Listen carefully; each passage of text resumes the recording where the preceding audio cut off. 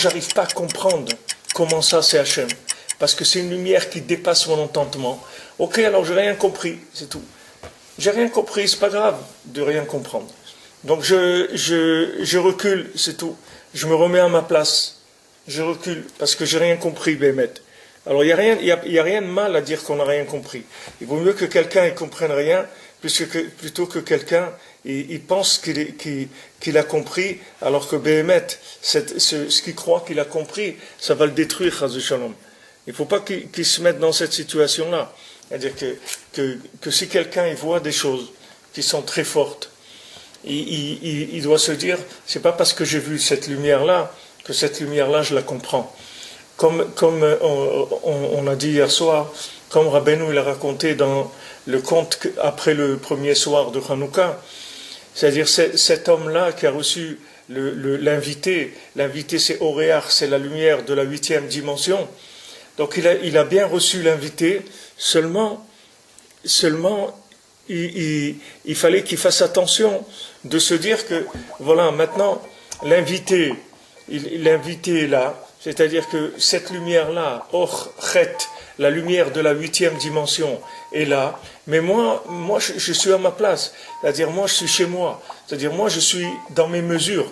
Cette lumière-là, il y a des moments où je m'envole avec, mais après je retombe sur mes pieds. Je fais attention de pas rester en l'air, parce que sinon qu'est-ce qui va rester? Il va rien rester de la personne.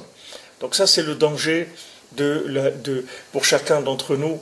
Donc la Torah elle vient nous dire, voilà, d'abord si tu veux commencer à t'éduquer dans la Avodat Hashem, tu commences doucement. C'est-à-dire tu fais des choses qui soient adaptées à tes mesures. Et tu veux savoir si maintenant ce que tu fais c'est adapté à tes mesures, il y a un signe qui n'est pas difficile, c'est la joie. Si tu vois que tu es joyeux dans le service d'Hachem, ça veut dire que maintenant il y a une lumière qui est adaptée à tes récipients, qui te remplit et qui te comble. Ça c'est le signe. Et cette joie, elle va entraîner quoi? Elle va entraîner le remerciement, de dire merci Hachem, parce que tu te sens bien. Ça c'est le principe d'Avodat Hashem.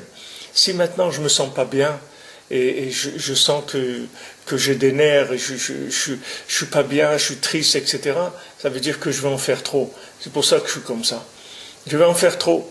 Il faut pas en faire trop. Il faut faire juste ce que j'ai besoin de faire. Il faut pas en faire trop. Il faut faire ce qu'on a besoin de faire.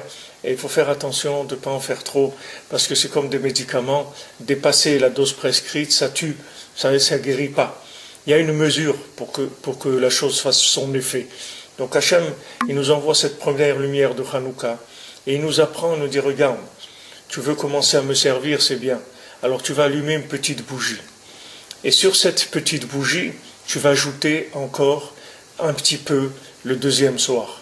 Et tu vas ajouter encore un petit peu le troisième soir, et comme ça, à chaque fois, tu ajoutes un petit peu, jusqu'à ce que la flamme, elle brûle d'elle-même. Qu'est-ce que ça veut dire qu'elle brûle d'elle-même? Ça veut dire que maintenant, le service divin a entraîné une connexion avec Hachem, en laquelle tu reçois une joie intérieure. Et cette joie intérieure, elle te donne de la vitalité. C'est ça que la flamme, elle doit brûler d'elle-même. Si vous êtes toujours avec une allumette pour tenir la bougie de Hanouka allumée, ça ne marche pas.